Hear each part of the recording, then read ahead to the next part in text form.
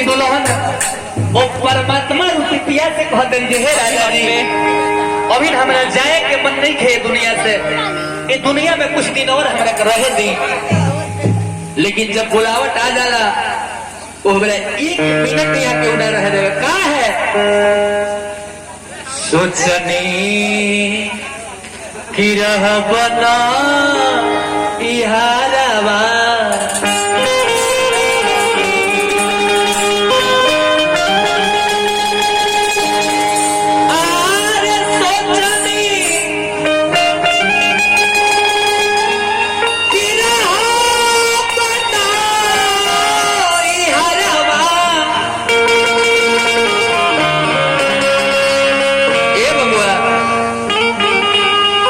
सोचनी की रहब नहीं अरवा का है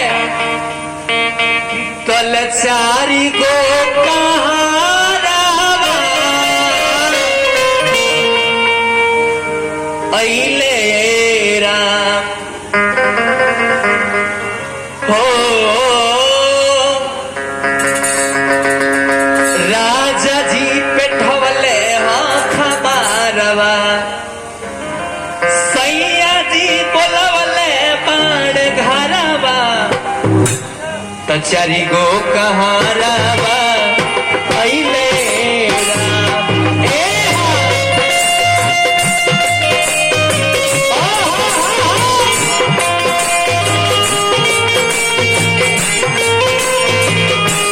हो राजा जी बोलवले मारे घरवा चारी गो कहारावा अइले राम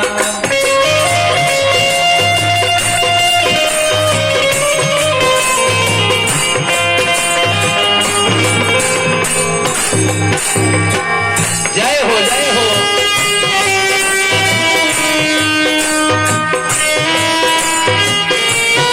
ये बात बता दूंगा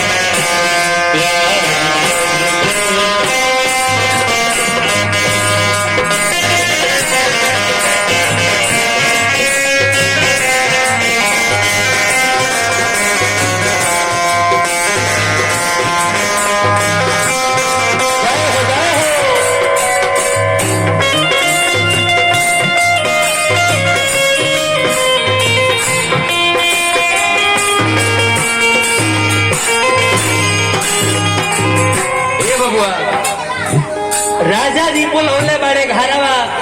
तो चारी गो कहारवा इले राम हे महाराज यहाँ से जब हमने जाए लगिले तो केहू केहू के ना का है ना हमारा के सवारल जाता पेढ़ल बानी तवनो उतारल जाता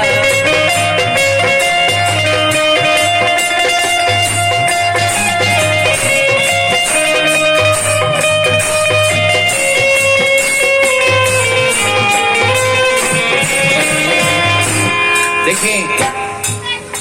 इस जमाना में महल अटारी धन दौलत हमने सब कमाता नहीं,